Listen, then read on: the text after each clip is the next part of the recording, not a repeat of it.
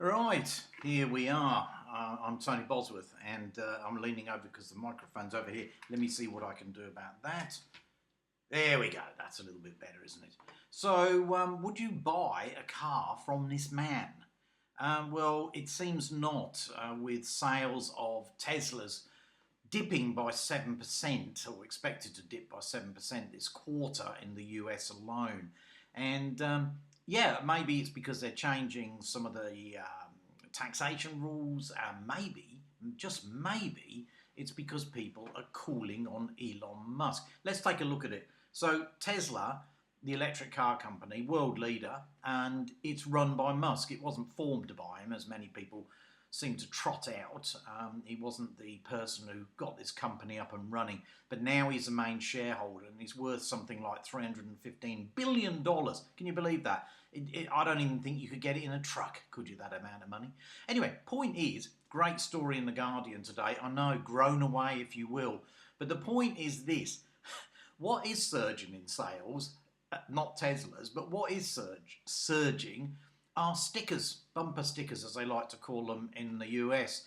And yes, they're really, really accelerating, I must say, in top gear. And there's a bloke there called Matt Hillier, a Hawaii-based aquarium worker, as you do, who sells a range of stickers online that denounce Musk.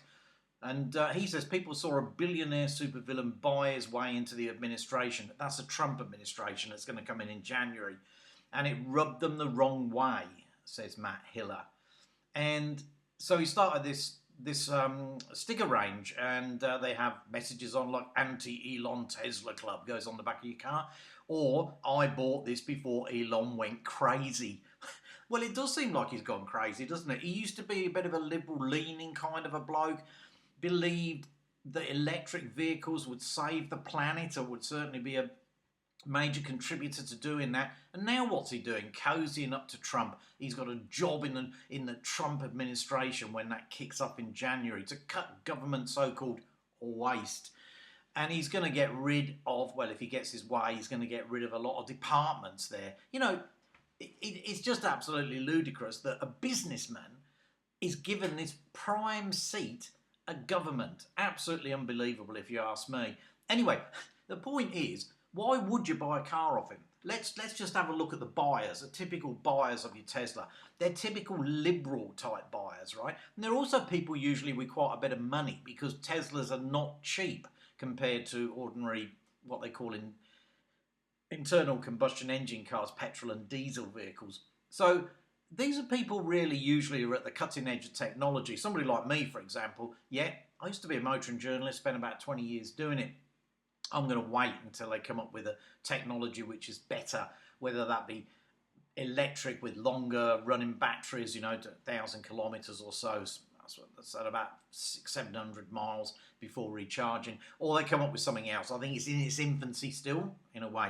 But anyway, just my opinion. But when I just don't get why people now, if they've got any conscience about them, are going to go and buy a Tesla, especially when there are lots of other choices around in the market now. Particularly Chinese cars, right? So take your pick, okay? Take your pick. Elon Musk is cozying up to Trump, who wants to, he said he'd be a dictator for a day. And we can see how this is beginning to pan out, I think, with some of the people he's asking for to form his administration. It's quite unbelievable bunch of people, it really is. And yeah, so you might, and also, yeah, you might say, what's it got to do with you? You don't even live in America. No, I don't. But unfortunately, what happens in America ripples around the world, right? I'm going to talk in another day or so about Trump's tariff system, which actually I do not disagree with completely. I'll talk more about that. It'll be a surprise coming from me, won't it? But, you know, I'll talk about that and how I feel about that. Anyway, back to the Teslas. So, yeah, I don't know. Would you buy a car? Would you buy a car that's run by a company, made by a company that's run by this bloke? I wouldn't. It's a bit like X, isn't it? Or as we like to call it, Twitter, which he bought for a ludicrous amount of money, did Musk. And he's utterly ruined it. Utterly ruined it. The number of people and publications and advertisers deserting it now because he's let it become some right-wing sound chamber, you know, echo chamber, you know. He just let everybody back in. Whereas before, they were getting rid of the neo-Nazis and the nutters, right? Or most of them. He's let them all back in. Right thinking people are leaving, right?